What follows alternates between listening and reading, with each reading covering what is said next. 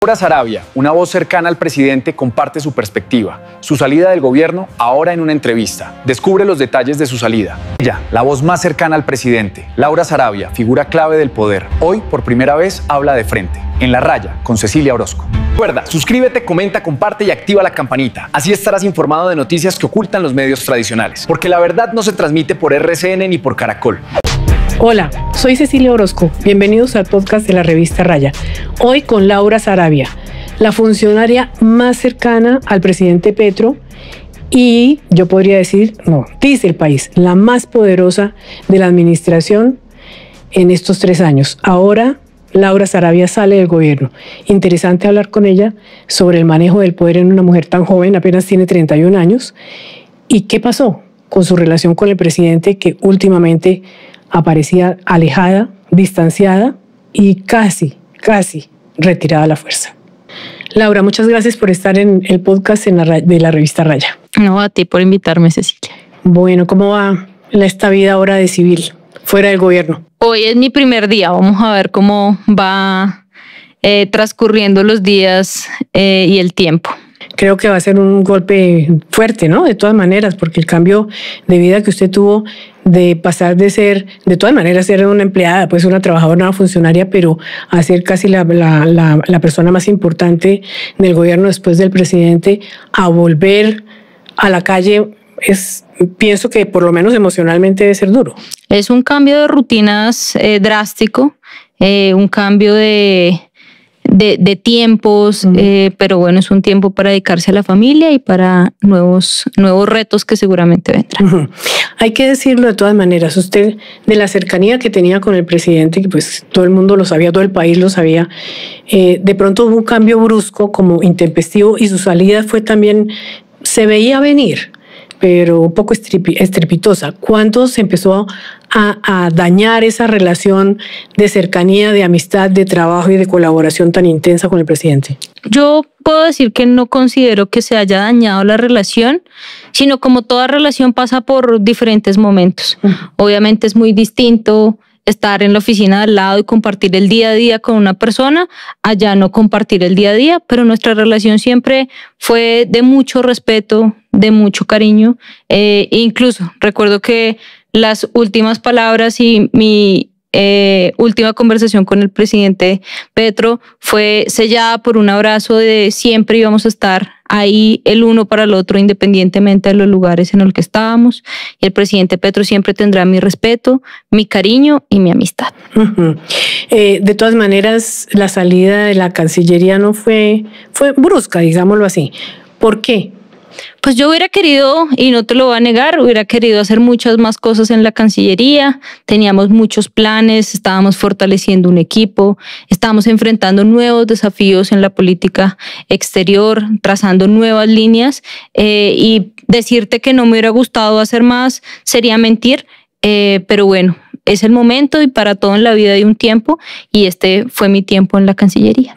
De alguna manera el presidente tuvo que permitirlo y la llegada de el supuesto presunto pastor, y lo digo así no peyorativamente, lo digo realmente porque las iglesias evangélicas no han reconocido como pastor Alfredo Saade, la llegada de él después de la de Benedetti chocó con el trabajo que usted estaba haciendo en la Cancillería.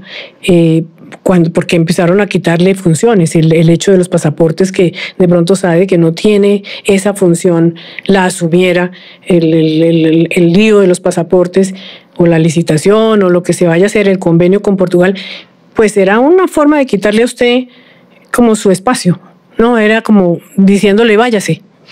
Pues más que quitarme el espacio, no, fue una forma de principalmente de dinamitar mesas de trabajo, de dinamitar mesas técnicas, de dinamitar conocimiento, y aunque tratamos de explicarle al jefe de gabinete en su función de articulación, como él mismo la llama, pues él tomó las decisiones y finalmente pues él es el quien ha ido trazando este camino de los pasaportes, que como tú lo mencionas es una función netamente de la Cancillería, y este fue simplemente pues como tú lo decías, creo que fue sumatoria de muchas cosas y pues finalmente mi tiempo en el gobierno terminó. Laura, la salida, usted estaba lado a lado del presidente, o sea, su oficina era físicamente cercana, además de que su trabajo también lo era. La llegada de Armando Benedetti antes de la de Saad también era una forma como de separarla usted un poco, de distanciarla física y también emocional y también laboralmente y también políticamente. Yo siempre respeté las decisiones del presidente y las he respetado. Cada una de las desacuerdos o cosas que podía pensar frente a una decisión siempre quedaron en la esfera privada y esa era para mí y es para mí una regla de oro con el presidente. Obviamente él supo de primera mano qué sentí yo y qué pensaba yo frente al regreso de Armando Benedetti. Pero mi salida de la oficina del lado del presidente no se dio por Benedetti, se dio porque creo que uno tiene unos tiempos y venía un tiempo distinto y yo siempre le dije al presidente que yo quería ser una consejera para la paz y siempre fui su consejera para la paz, para buscar puentes y que entendía pues que iban a llegar otras dinámicas que él necesitaba otro tipo de personas principalmente a su lado. Y ese fue principalmente el inicio de las conversaciones a final de año sobre cuál iba a ser los nuevos rumbos que iba a coger. ¿Usted había pensado que alguna vez que iba a ser ministra de Relaciones Exteriores? Porque lo digo porque para eso hay una especialización, hay una carrera, etcétera. ¿Cómo sale de directora del Departamento Administrativo de la Presidencia? Usted también fue jefe de gabinete o jefe de despacho, como hay como varios nombres en Palacio para decir el que está más cerca, yo lo traduzco así, ¿no? Como periodista, el que está más cerca del presidente, ¿no? A ser ministra de Relaciones Exteriores. ¿De dónde surgió esa idea? Pues la verdad, en este gobierno, si me lo hubieran preguntado hace un par de años, yo hubiera dicho que era una cosa imposible. Yo estudié Relaciones Internacionales y Estudios Políticos. Creo que estuvo siempre en la escena y estuvo siempre en el pensamiento que ese es, cuando uno estudia relaciones internacionales, pues eso hace parte de su campo de acción. Pero esa fue una idea netamente del presidente y yo le agradezco su voto de confianza y que pensara en mí para un cargo de tanto honor como es el ministro de Relaciones Exteriores. Del otro lado, si nos vamos al otro extremo, o sea, ahora al final, usted había nombrado unos viceministros que eran de su confianza. Entre otras cosas salieron unos profesionales excelentes hasta el momento, Mauricio Jaramillo y la persona a la que muy pronto le hicieron reemplazar, por quien hoy la reemplaza a usted. Fíjese la coincidencia, si es que a eso se le puede llamar coincidencia. Se llama Rosa Villavicencio, es la ministra encargada, no sé si será la que finalmente quedará ahí, por lo pronto es encargada, pero ella llegó impuesta desde la Casa de Nariño. Esa era una forma, y hoy la está reemplazando. Era una jugada, por decirlo así, desde la Casa de Nariño con Benedetti, con el propio presidente o algo así, como llegando, como poniéndole un poco el anticipo a su retiro, ¿o no? ¿No lo ve usted así? Pues yo creo que ha pasado por muchos comentarios, mitos y escenarios. Hoy yo puedo decir que tengo la mejor relación con el viceministro Mauricio Jaramillo. Hicimos muy buen equipo, somos coequiperos y fuimos coequiperos en varias situaciones. Obviamente a Daniel Ávila siempre tendrá todo mi cariño y mi respeto. También fue un coequipero fundamental en todo lo que los nuevos retos que teníamos en la relación con los Estados Unidos. Y aunque con la vicecanciller Rosa Villavicencio no he tenido y no tuve tanto la oportunidad de compartir, porque ella llevaba muy poco en la Cancillería como vicecanciller, ella estaba liderando Colombia Nos Une. Creo, y Cecilia, espero ser muy enfática en esto, yo no quisiera entrar a discutir si fue una jugada o alguien de X o Y persona. Creo que a todos nos interesa que a ella le vaya bien como ministra. Y nos interesa no solo por el tema de los pasaportes, nos interesa por las relaciones con Estados Unidos, por las relaciones con Europa, por todos los cambios en política exterior que hoy se están llevando a cabo. Entonces, hoy te hablo no como ex canciller, sino como colombiana, como ciudadana, que le apuesta y que le desea que le vaya bien hoy a la nueva ministra y que, como se lo manifieste a ella, espero que tome las mejores decisiones en pro del país. Lo digo porque en la hoja de vida que ella publicó dice que ella trabajaba en el fondo rotatorio del Ministerio de Relaciones Exteriores desde noviembre de 2022, es decir, al inicio del gobierno Petro. Ese fondo va a tener mucho que ver, entiendo yo, usted ahora nos lo aclara, con el tema de los pasaportes y el convenio, si se va a poder hacer o no con la Casa de la Moneda de Portugal. Ella sí estaba en el fondo rotatorio y ese fondo sí va a tener que ver definitivamente con el convenio que se haga con Portugal. Sí, hoy la parte técnica del fondo rotatorio es quien maneja los recursos que se destinan en las vigencias futuras de funcionamiento para los pasaportes. Hoy es así y obviamente si va a continuar con la misma figura, pues el fondo tendrá mucho que ver en esto. Ella no estaba principalmente en el fondo, sino manejaba una parte que era Colombia nos une.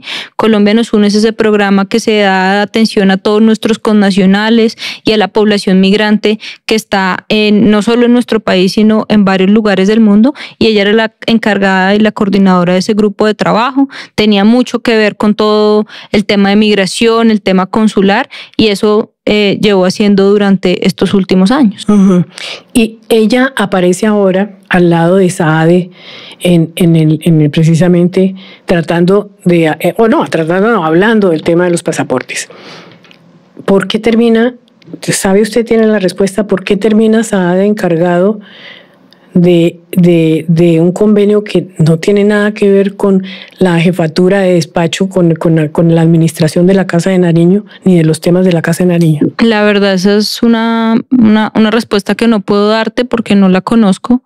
La verdad, a mí el presidente nunca me indicó ni que Alfredo Saade iba a ser el coordinador o que él era el encargado de liderar, ni nada, sino pues siempre la figura del jefe de gabinete, de articular y de ayudarnos al buen relacionamiento y la buena comunicación con el Palacio, porque entendemos que el presidente tiene muchos temas, el presidente tiene muchas decisiones y pues el jefe de gabinete es principalmente esa mano articuladora en los cuales uno puede apoyarse para poder encontrar mucho más fácil al presidente o para poder comentarle decisiones pues que sean de interés para él.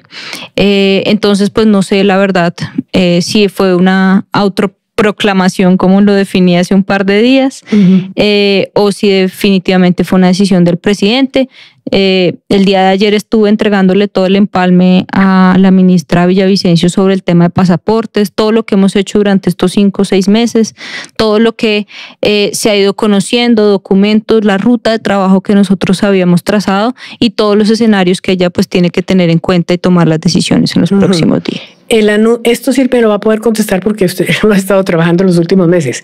El anuncio de Saade, independientemente de quién lo haga, el anuncio, porque es del gobierno, el anuncio oficial de que está listo para firmarse el convenio con la Casa de la Moneda de Portugal, ¿es cierto en el sentido técnico y jurídico de la palabra? ¿Es cierto? ¿Se puede anunciar que está listo para firmar un convenio para que se inicie en septiembre la producción de los pasaportes? Pues desconozco las últimas conversaciones que se han tenido con el gobierno de Portugal, porque han sacado netamente a la Cancillería de las conversaciones, las ha liderado Saade y pues entiendo que en los últimos días se han invitado a la ministra Villavicencio, pero es muy paradójico porque desde el 1 de julio el jefe de gabinete dice que en cuestión de horas se firmaría el contrato y creo que ya hemos visto cuando se habla en cuestión de horas, pasan los días, no horas sino días y semanas. Días, semanas, años. Creo que la última persona que utilizó en cuestión de horas o le quedan horas, pues todavía siguen pasando los años. Sí, así es. Entonces, pues no, yo espero que la decisión que tomen sea la decisión más responsable para el país. Creo que aquí lo importante es que el 1 de septiembre la gente siga teniendo el servicio de pasaportes, independientemente si se hace con un operador privado, un contratista o se hace con un gobierno extranjero.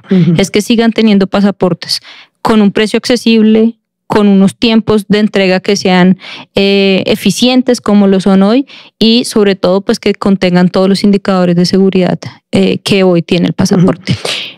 hasta donde usted sabe, y yo creo que ha examinado mucho el tema, el presidente, uno entiende que el presidente se opone, y no es el ministro Leiva, ni el ministro Murillo, ni la ministra Sarabia.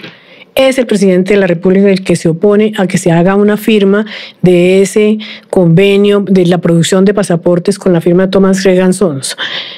Y filosóficamente, yo trato de ser lo más objetiva posible, a pesar de que cuando opino muy fuerte, pero en la comprensión de las noticias uno tiene la obligación de ser objetivo. Filosóficamente entiendo que el presidente tiene la razón en el sentido de que no puede depender todo un país de una sola firma o de un conglomerado de firmas para producción de pasaportes, para cédulas, para votación, para tecnología del conteo de votos, etcétera. Entiendo que eso es un problema de democracia. Pero una cosa es la cosa filosófica y otra es que jurídicamente se puede hacer lo que se está haciendo, es decir, imponer que no sea esa firma. El presidente tiene razón en esa imposición, aunque bien intencionada, me parece que jurídicamente es sin soporte, ¿o estoy equivocada? No, el presidente tiene razón y yo estoy de acuerdo con el presidente en que la gobernanza de los datos debe ser del Estado colombiano y que la expedición de pasaportes debe ser del Estado colombiano. En muchas partes del mundo, quien hace los pasaportes del país son entidades netamente públicas y estatales. Y eso, nuestro país debe caminar hacia eso. Y en eso íbamos caminando, pero eso no se hace de la noche a la mañana, Cecilia. Eso no se hace de un día para otro. Y yo se lo manifesté al presidente y le dije, yo pude haberlo engañado y firmar el documento, porque la firma es lo de menos. Pero es ¿qué va a pasar en los meses siguientes? ¿Qué va a pasar con el servicio? O cuando fuéramos objeto de una acción popular y se cayera el convenio porque no estaba jurídicamente sustentado presupuestalmente, yo no le podía echar la culpa al tribunal o le podía echarle la culpa a algún ente del operador judicial, justificando que yo sabía que estaba mal o que yo sabía que no estaba que no era jurídicamente sustentable. Hay que hacerlo, pero hay que hacerlo bien, porque si no, de la improvisación, los únicos que pagan la improvisación son los ciudadanos. Y creo, y por eso lo manifesté, yo no podía engañar al presidente Petro diciendo que la imprenta estaba lista o que íbamos a tener el 1 de septiembre pasaportes con otro operador, porque eso iba a ser un problema para él y porque en unos meses, cuando este proyecto se cayera, yo no podía lavarme las manos con el operador judicial que tomó la decisión en Francalí. Y de todas maneras van a recibir demandas, ¿no? Así es. Así, unas demandas, inclusive haciéndolo muy bien, la firma Thomas Regan Sons se va a... Pero por eso había que hacerlo muy bien. Muy bien, y hay que hacerlo muy bien. ¿Cuál es el futuro hasta donde usted lo vio? ¿Cuál es el futuro? ¿Cuál es la salida real de este asunto de los pasaportes? La imprenta debe fortalecerse, pero debe ser independiente al proceso con la Cancillería.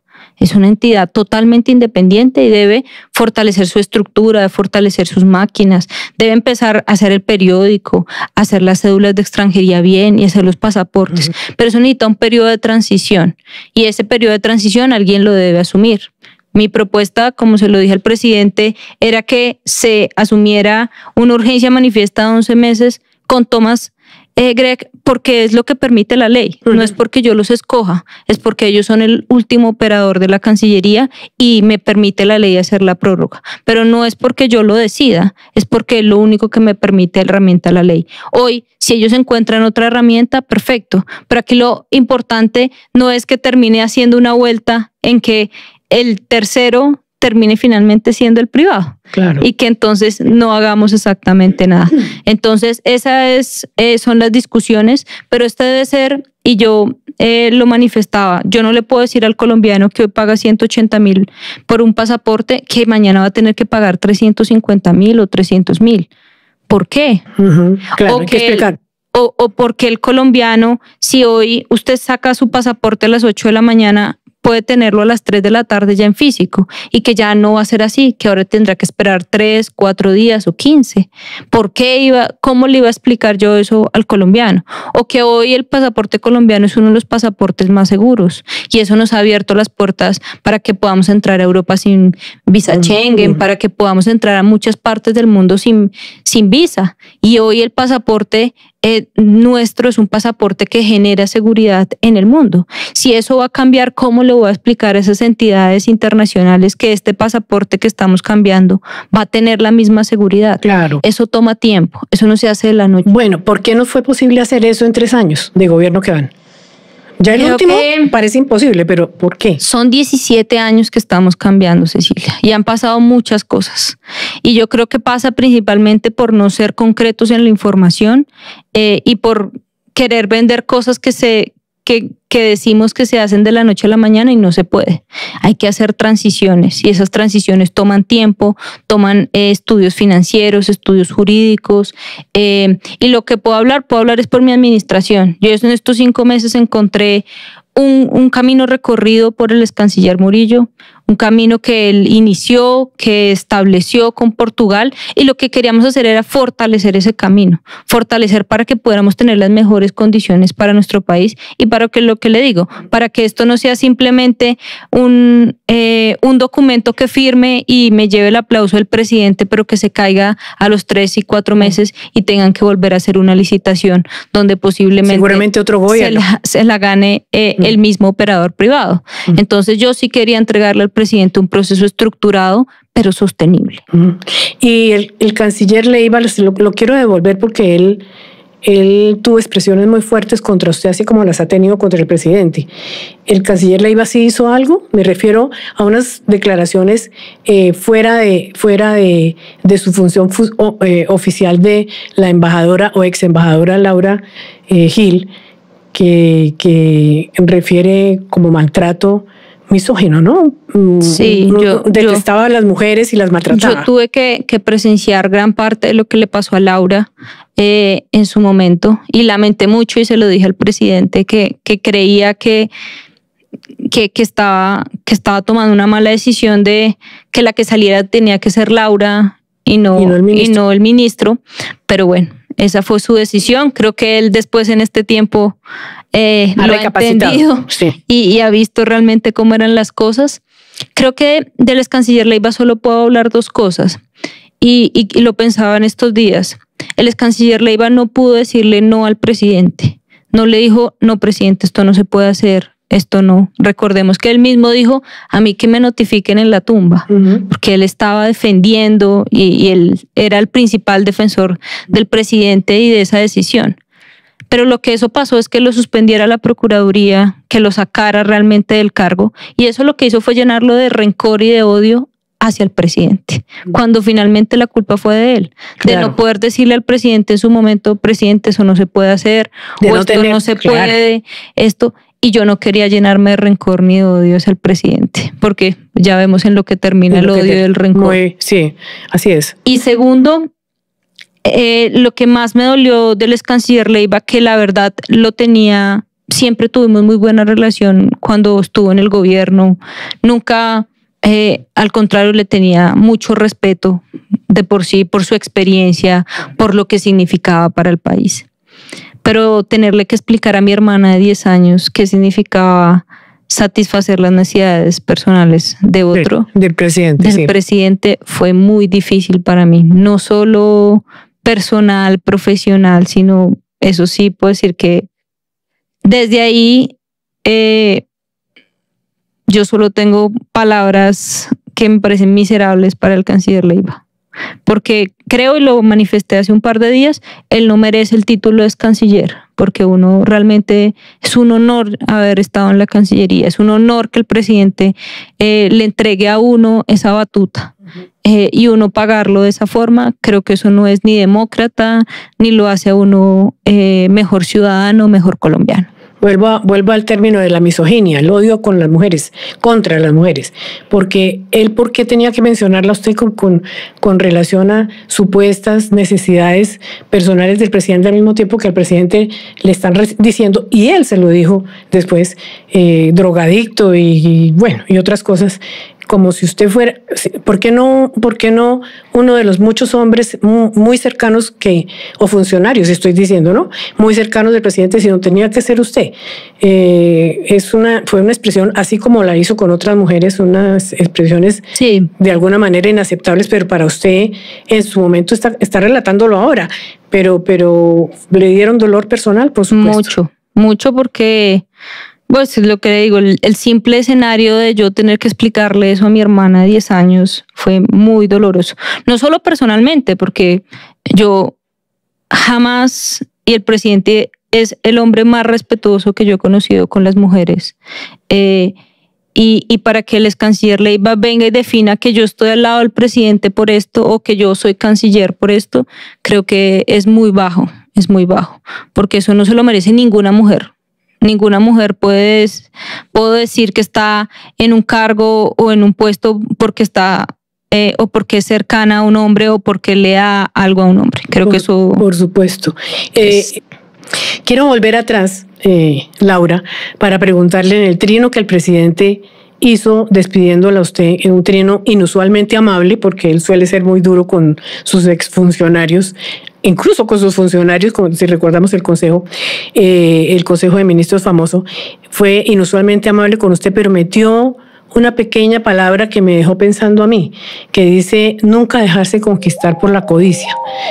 ¿Por qué cree usted que él menciona, dice la codicia es la enemiga de la revolución y de la vida? Pero ¿por qué en la despedida usted, cuando antes había dicho que era una hormiguita, que era ordenada, que era disciplinada, que esperaba que una mujer que conoció de todas maneras la está ponderando y espera que ahora sea mejor? ¿Por qué mete lo de la codicia? Usted, le digo que vuelvo atrás porque usted dijo, no quería yo prolongar el trabajo de Tomás Greganzós con los pasaportes porque quisiera, sino porque me tocaba, porque jurídicamente era la firma que venía trabajando los pasaportes. ¿Cree que tiene que ver algo lo de la codicia con sospechas no con usted exactamente, sino con el proceso lento, demorado de no poder adelantar el convenio de los pasaportes, lo de la codicia? Pues creo que el presidente tiene muchas dudas sobre el proceso que son naturales. Pero este tema de la codicia es algo que el presidente nos ha dicho a todos, nos ha dicho a todo el gabinete, que nosotros no podemos dejarnos llevar por la codicia, lo ha dicho públicamente. Y yo lo interpreté e incluso lo hablamos, y es que uno a sus personas más cercanas, a las personas que considera como hijos, es a los quienes más le exige. Y yo consideré eso del presidente Petro. El presidente Petro me exigía mucho, me exigía ser una mujer que estudiara, ser una mujer que fuera firme en mis convicciones, ser una mujer de carácter, y eso lo interpreté así. Y yo hoy puedo decir que soy una mejor mujer de la que conoció el presidente Petro en 2021, y hace parte de todo eso. Y yo estoy de acuerdo con él. La codicia, uno nunca debe trabajar o debe tomar decisiones bajo la codicia, sino siempre en el corazón, con las mejores intenciones. Sin embargo, usted tuvo muchísimos ataques. Entiendo que algunos, no sé cuáles serán, porque pues no quiero calificar a mis propios colegas ni a otros medios, con mucho interés en hacerle daño a usted y por su vía hacerle daño al gobierno. Muchos ataques en el sentido de que usted se estaba enriqueciendo, que su hermano también lo estaba haciendo, que usted estaba comprando empresas, EPS, etcétera, etcétera. De esos procesos, y el famoso polígrafo de su empleada. De todas esas denuncias, mejor dicho, de las denuncias periodísticas, hubo algunas que pasaron a judiciales. ¿En qué van? Pues bueno, para la verdad del tiempo, obviamente siempre lo he dicho y siempre lo haré, y he dado todas las explicaciones ante las autoridades. Todas las autoridades que me han citado, he ido y he rendido las explicaciones de lo que es de mi conocimiento y ha sido de mi competencia. Pero sí es muy difícil uno defenderse de mitos y leyendas.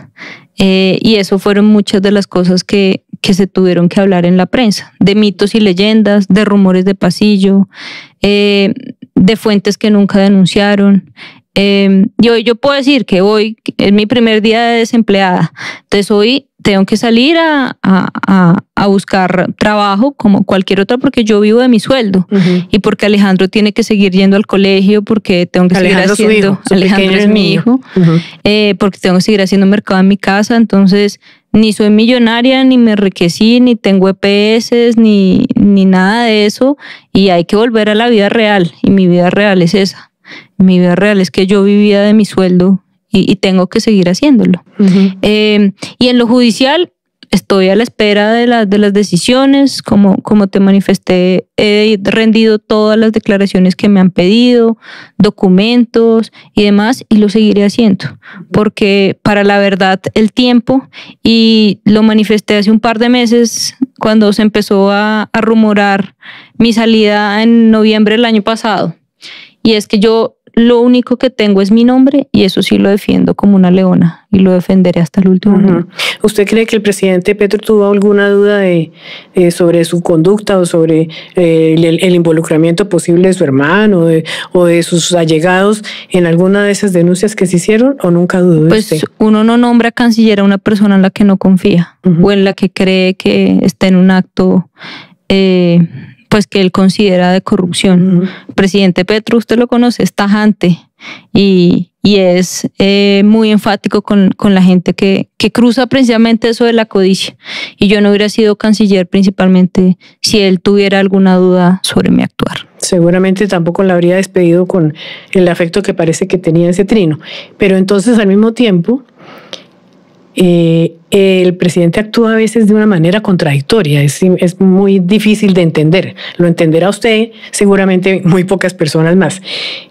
Porque en medio de semejante, digamos, relación y confianza que usted logró, que entre otras cosas quiero preguntarle cómo la logró, porque el presidente es uno de las personas más enigmáticas y que pone más muros contra muros para que nadie se le acerque, de las que yo conozco.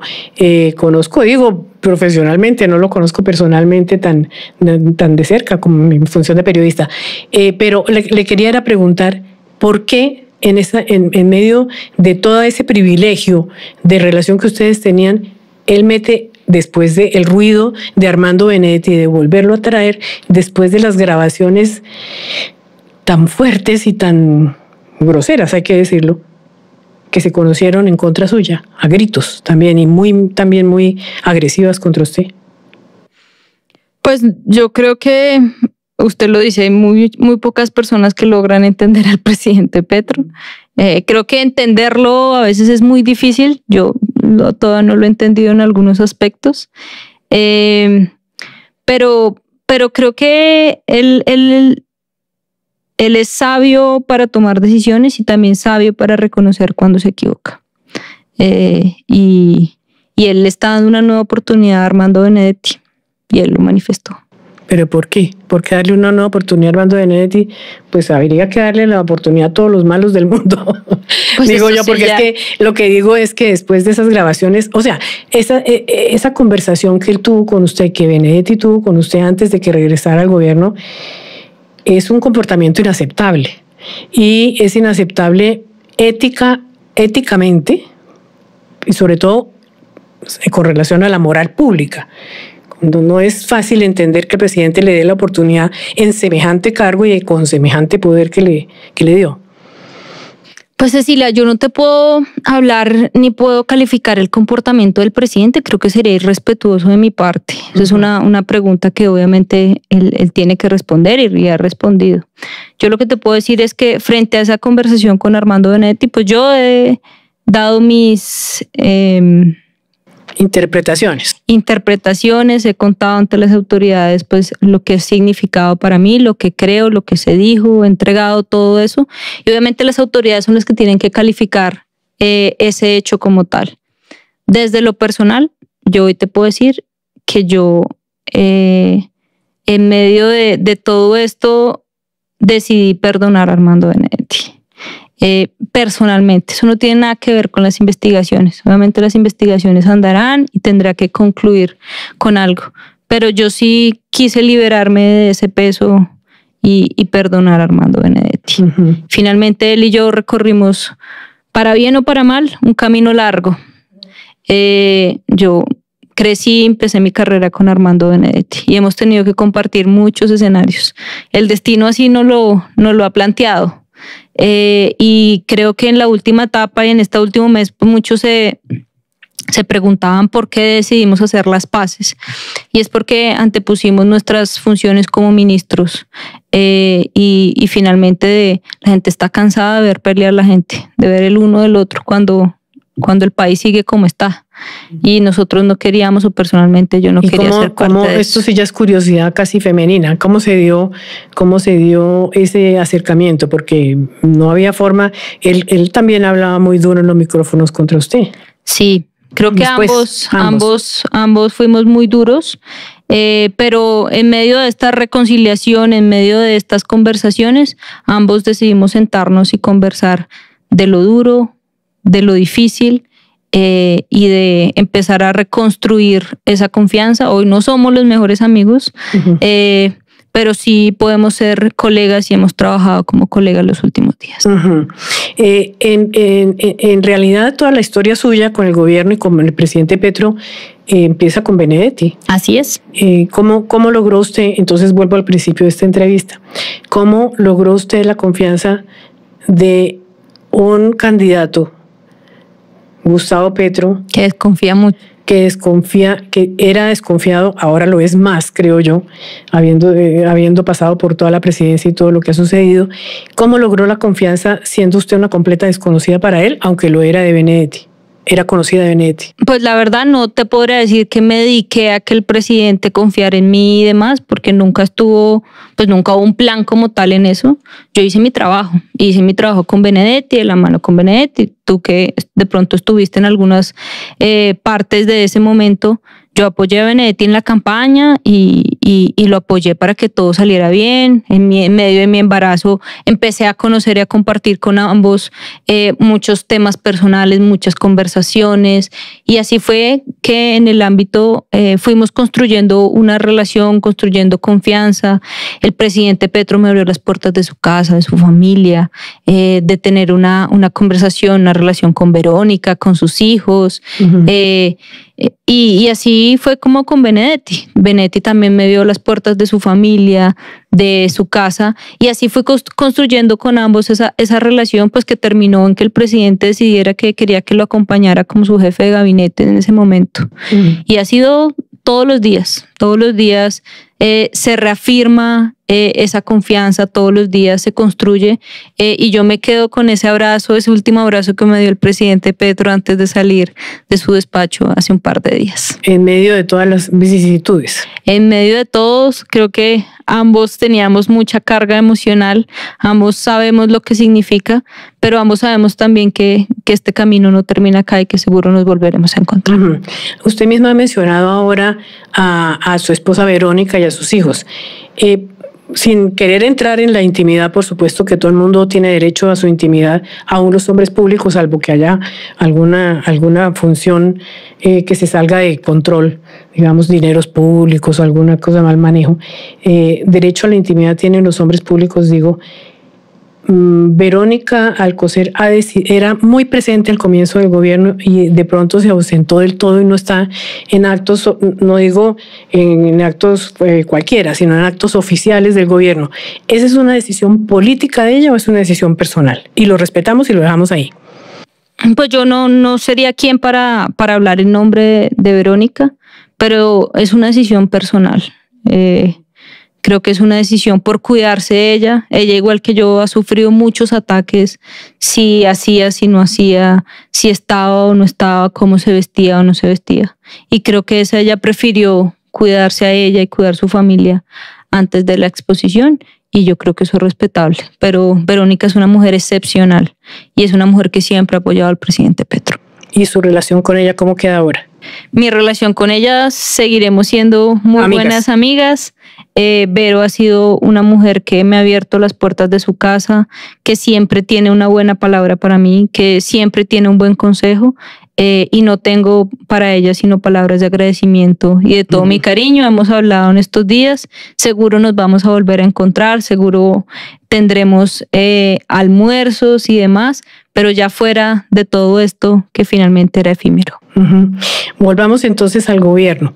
Ese famoso, no quiero dejarle escapar a usted más bien de esta entrevista sin preguntarle su opinión sobre ese famoso Consejo de Ministros que se hizo público, que se transmitió en directo por televisión por primera vez en la historia de Colombia, y creo que el próximo gobierno no lo volverá a hacer porque es un riesgo muy alto, ¿Qué pasó en ese Consejo de Ministros? ¿Qué pasó antes? ¿Por qué se produjo? Hay mucha historia alrededor, pero quisiera que usted nos contara la historia, cómo fue. Fue un momento muy difícil, yo no voy a decir que fue fácil y que fue montado, no. Personalmente para mí, yo llegué al Consejo de Ministros normal como llegaba cada lunes, y ver que iba a ser televisado y demás, pues primero el simple hecho de ser televisado, muy curioso, pero todo lo que ocurrió, pues obviamente... ¿Usted no sabía? ¿Hasta cuando llegó? Hasta cuando llegué.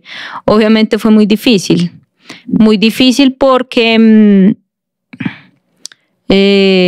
fueron palabras muy llenas de dolor, de rencor.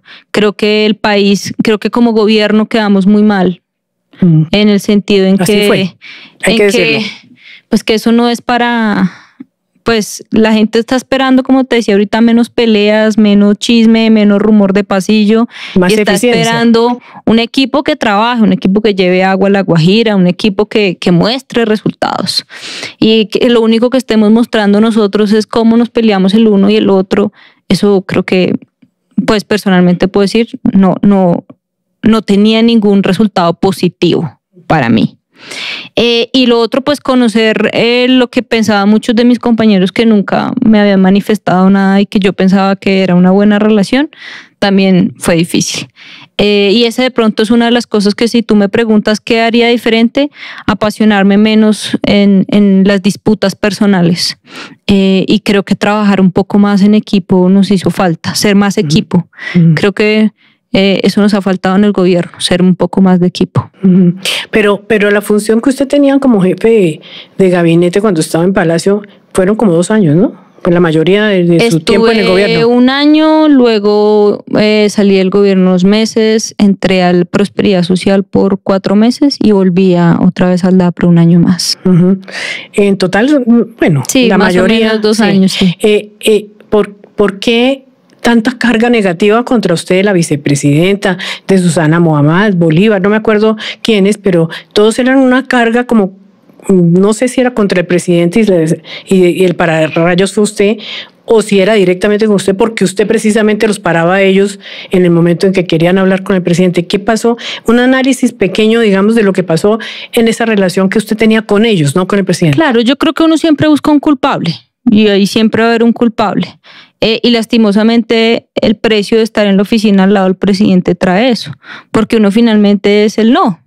El presidente siempre dice sí a esa cita, sí a eso, sí, pero uno es el no, porque uno o no hay tiempo o esa reunión no quiere. Necesita ser la mala del paseo. El presidente siempre debe ser el que queda bien. El presidente siempre debe quedar como un príncipe, pero siempre debe existir un malo, una mala del paseo. Y no pasa solo en este gobierno. Tú le puedes preguntar a quienes han sido jefes de gabinete de otros gobiernos y es exactamente igual, solo que esto fue mucho más público y se notó mucho más. Pues fueron públicas las disputas. Claro. En otros gobiernos hay peleas, en otros gobiernos no es que todo pero sea nunca, santa nunca paz. se saben. Claro, pero o no se confirman. Hacia afuera siempre era un equipo. Así por dentro, el uno y el otro ni se determinaran o se odiaran por darle un calificativo. Solo que aquí no pudimos hacia afuera ser un equipo, sino mostramos siempre muy transparentes las disputas que teníamos. Pero perdóname, le insisto, es que me gustaría que de aquí las audiencias que nos están viendo y oyendo, que entre otras cosas tengo que reconocer que nos ha ido bastante bien. Muy para bien, orgullo felicitaciones. De Raya, para orgullo de Raya, sí. Entiendan un poco el sentimiento suyo y por qué usted, que tiene una figura menudita, que está tan joven, que se ve tan amable y tan afable, reunió tanto odio en contra suya, o no digámosle odio, tanto rencor.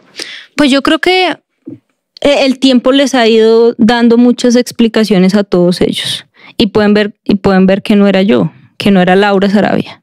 O yo ya hace mucho tiempo no estoy en el despacho, hace mucho tiempo no estoy al lado del presidente y hoy ya no tienen por qué culparme, ya no estoy ahí y puede que esté pasando exactamente lo mismo o peor. Entonces creo que el tiempo mismo les ha dado la razón, pero con Susana siempre tuve la mejor pues la mejor relación. Es una de las mujeres que considero más inteligentes del gobierno. Es una mujer que siempre admiré mucho su trabajo. De la vicepresidenta, pues sin ni decir que es una mujer que representa todas las luchas y demás. Entonces, creo que con cada uno de ellos, así como se crearon mitos, se crearon leyendas, obviamente aquí el va y viene es muy importante y ha sido muy importante lastimosamente en el gobierno. Van con unos temas a los ministros, van por aquí, esa misma persona dice un cuento por acá y luego cuenta la misma historia pero para el lado de allá. Y eso lo que ha hecho es lo que dice el presidente y es dinamitar la unidad. Porque divide y reinarás. Sí. Y nosotros lastimosamente lo único que hemos mostrado en el gobierno es muchas fracturas internas y que esas fracturas nos han llevado a realmente no tomar las mejores decisiones, a improvisar en algunas decisiones, a no discutir algunas decisiones y ojalá pues en esta última recta final de gobierno eso se pueda solucionar. En ese Consejo de Ministros, ya para salir del tema, me pareció que la más dura, también la más frentera por su carácter, ¿no? Fue la vicepresidenta. Y no fue tanto, sí, contra usted, un poco, pero me parece que ella se estaba dirigiendo, ella sí, muy claramente al presidente. Era un reclamo al presidente. ¿Usted cree que ella en algún momento, tal como lo mencionó Leiva en sus famosos audios esos que se conocieron de conspiración y de complot en contra del gobierno, ella pudiera estar en ese lado, o usted cree que es una mención como las otras que parecen ser así, que Leiva hizo sin ninguna consulta con los demás? Pues yo no podría definir si sí o si no, creo que eso le corresponde a ella, pero sería muy injusto decir que lo que dice Leiva de mí sí es falso y lo de ella es cierto. Entonces creo que sería muy injusto de mi parte definirlo. Yo creo que ella es la que tendrá que responder y tendrá que decir cuál fue su participación, cuáles fueron sus conversaciones con Álvaro Leiva y demás, pero sería injusto como le diga que unos digamos como no, lo que dice Leiva de mí es falso, totalmente falso. Sí, tiene razón. Pero en unas cosas tiene razón. Entonces creo que no soy la persona para definir o categorizar la participación. Estaba usted hablando ahora y me parece interesante, ya como le digo, tenerla aquí y aprovecharla para entender un poco el carácter del gobierno. Es un gobierno, yo creo que el presidente es bien intencionado, pero es poco. En general, el gobierno ha sido poco eficiente, hay que decirlo y hay que reconocerlo. ¿Por qué es tan conflictivo consigo mismo? Es decir, no solamente tiene que enfrentar la oposición, que es bastante dura, sino que tiene que enfrentar el desacuerdo y entre un funcionario y otro, e incluso el propio desacuerdo o los propios regaños del presidente contra sus funcionarios. No hay o como un grupo trabajando todos para el mismo lado, empezando por el propio presidente que regaña a sus ministros de una manera muy fuerte, diría yo. No sé, es porque muchos se quedan callados, otros se van, se aguantan, pero el carácter es conflictivo, el carácter interno. Yo estaba al lado del presidente porque precisamente creo en él, creo en su proyecto y creo en sus causas.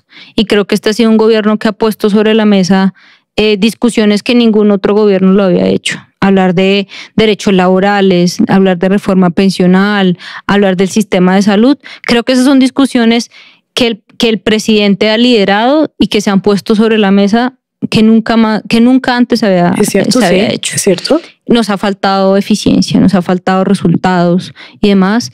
Y lo que le digo, creo que nos ha faltado principalmente porque nos hemos centrado más en las disputas personales, más que en lograr. ¿Pero por qué ocurre eso, Laura? Juntos. ¿Por qué ocurre eso? Yo no podría decir que por qué ocurre o no, porque sería muy injusto de mi parte, pero yo creo que falta más ser equipo. Y ser equipo, que es que aquí no importa quién se lleve la banderita, aquí lo que importa es que llevemos agua a La Guajira, aquí lo que importa es que tengamos una sustitución real de economías ilícitas, que el orden público realmente se sienta atacado. Y hemos hablado mucho en algunas cosas, pero hemos callado mucho en otras y nos falta hablar más, nos falta ser un poco más pragmáticos, creo yo. Y en eso pues yo sí he sido muy pragmática en mi vida y es, aquí no debemos dejar de ver el país como enemigos y amigos. Entonces hay unos que son amigos y otros enemigos, no. Tenemos que impulsar y sacar adelante los temas y eso es lo que necesita el país, creo yo. Y eso es lo que tal vez nos ha faltado. Pero el presidente ha dado líneas, ha sido realmente muy recurrente en lo que él quiere y demás, pero falta, de pronto como ministro nos ha faltado una hoja de ruta, trazarla clara y ser muy enfáticos en lo que queremos y en los principios y en dedicarnos a eso. En el ejercicio de la oposición, hay que decir que hay una oposición política legítima dentro de la democracia y hay otra que no lo es tanto cuando ya tiene ataques personales y bajos. En el ejercicio de la oposición se han dicho muchas cosas del presidente de la República actual que nunca se habían dicho de otros presidentes. De todo lo que se dice del presidente, ¿qué puede usted opinar? ¿Qué opina? ¿Qué es bueno, qué es malo, qué es verdad, qué es falso? Sus ausencias, cómo se explican. Tiene unas normas de conducta completamente diferentes, por supuesto, él.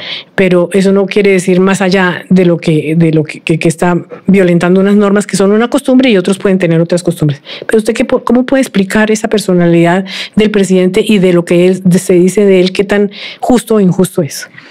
Yo creo que en algunas partes ha sido muy injusto y ha sido un presidente y de por sí ha sido un gobierno que ha roto cualquier paradigma o estructura anterior. ¿Por qué? Porque estábamos acostumbrados a unas formas, unas figuras muy específicas y el presidente Petro es totalmente distinto a eso. Y él ha sido, por definirlo, algo muy rebelde en esas causas. Obviamente hay cosas que no deben definir pues sus comportamientos y demás. Creo que ha sido un presidente que ha estado muy expuesto en su vida privada, su vida familiar ha sido muy discutida, de por sí todo ha sido muy cuestionado y creo que eso nunca había pasado en ningún presidente. Y no, creo que yo recuerde, no. Y creo que realmente eso ha sido muy injusto con el presidente, porque él ha tenido que abandonar muchas veces a su familia y demás por la carga que significa la presidencia de la República.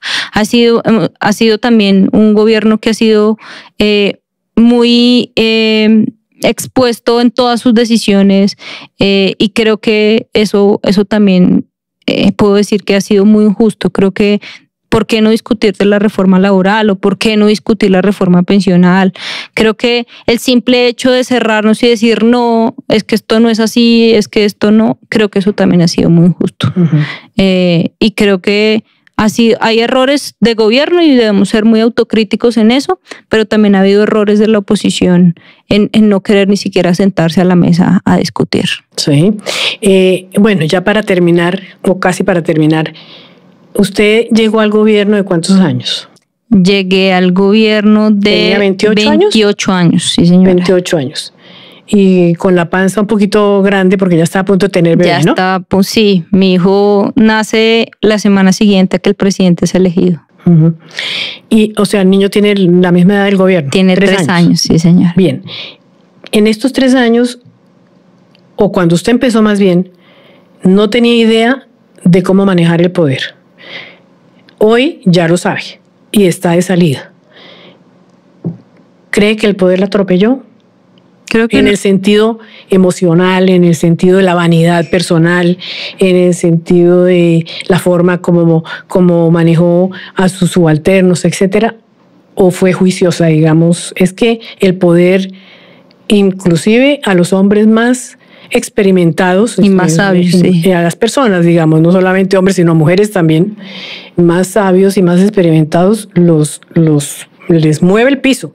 A usted tan joven, ¿el poder le movió el piso? Yo no puedo decir que me movió el piso, creo que el poder trae sus pros y sus contras. Y creo que no podría decir que ya aprendí a manejar el poder. Creo que nadie, usted lo acaba de decir, ni el más experimentado, ni el que haya estado en más cargos públicos sabe y puede decir que ya sabe manejar totalmente el poder. Creo que cada cargo, cada dosis de poder es totalmente distinto. Creo que uno sacrifica mucho por el poder, sacrifica la familia, sacrifica la exposición. La vida personal. La vida personal, el hecho de que tú ya no puedas ir a un café sin que todo el mundo sepa que tú fuiste a ese café y con quién estás hablando y si es tu nuevo novio o no tu nuevo novio o qué está pasando. Creo que eso, el poder, es muy complicado. Pero si tú utilizas el poder, como dice el presidente, para los más vulnerables, creo que vale la pena. Vale la pena cuando saqué Misión Guajira, valió la pena cuando saqué Misión Nuquí, cuando pude tener cosas tangibles, para eso vale la pena el poder. Yo creo que me equivoqué tal vez muchas veces, me equivoqué en muchas cosas. No, como te decía ahorita, tal vez me apasioné mucho en disputas personales y eso también fue un error. Y solo terminaré diciendo, no, yo no creo que sepa manejar el poder. Creo que todavía falta mucho camino. Tengo 31 años. Vamos a ver a dónde nos lleva estos nuevos caminos. Los nuevos caminos son en contraste, sin poder. También va a tener que aprender a manejarlo. ¿Está preparada? La soledad del poder. ¿Abierta? La soledad del poder, la soledad del poder que llaman. Obviamente son menos llamadas, menos cafés, menos invitaciones a almorzar. Obviamente menos pompa, ¿no? Volvemos a la vida real. Sí, así es. Y volvemos a la vida real. A la calle. Exacto. Donde realmente quedan los amigos, donde realmente quedan las personas que les interesa, no la canciller, no la persona más cercana al presidente, sino les interesa Laura Sarabia. Y es ahí donde realmente ves si fue tan importante o no el poder. Y obviamente eso es un momento transitorio. Todo el mundo no está preparado para la soledad del poder. Todo el mundo no está preparado para ya bajarse uno y ya uno no ser nadie. Y eso cada día va trayendo su afán. Pero como te digo, al final queda lo que es importante, quedan las personas que realmente les interesa a Laura y no la mano derecha del presidente. Pensemos dentro de unas horas. ¿Mañana qué va a hacer? Mañana es sábado. Mañana estaré con mi hijo todo el día. Muy bien. Sí. Excelente plan. Así es. Muchas gracias, Laura. Bueno, muchas gracias a ti. Muy buena suerte. Muchas gracias.